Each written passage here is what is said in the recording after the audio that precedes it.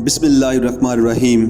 السلام علیکم معزز سامعین اکرام، معراج النبی صلی اللہ علیہ وآلہ وسلم انسانیت کا مظہر اتم۔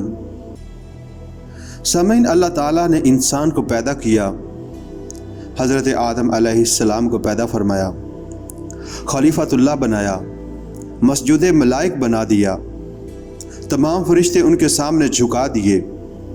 قرآن حکیم میں ایک سے زائد مقامات پر یہ الفاظ فسجد الملائکۃ کلہم اجمعون، سامعین یہاں جمع کے 3 اسلوب، فسجد الملائکۃ تمام فرشتوں نے سجدہ کیا، کلہم سب نے کیا، اجمعون سب نے مل کر کیا۔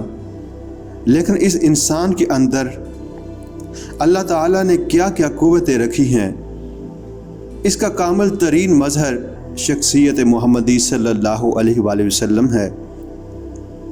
انسانیت کی عظمت کو دیکھنا ہو، اس کا نمونہ دیکھنا ہو تو وہ محمد عربی صلی اللہ علیہ وآلہ وسلم ہیں۔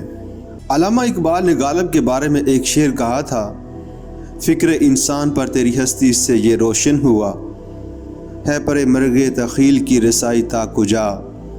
اے غالب، تیری شخصیت اور تیرے اشعار سے انسان کی سوچ پر یہ بات کھلی کہ انسان کا تخیل کہاں تک جا سکتا ہے، کہ محمد رسول اللہ صلی اللہ علیہ وآلہ وسلم کے ذریعے سے یہ بات واضح ہوئی کہ انسان میں اللہ تعالیٰ نے کتنی طاقت رکھی ہے۔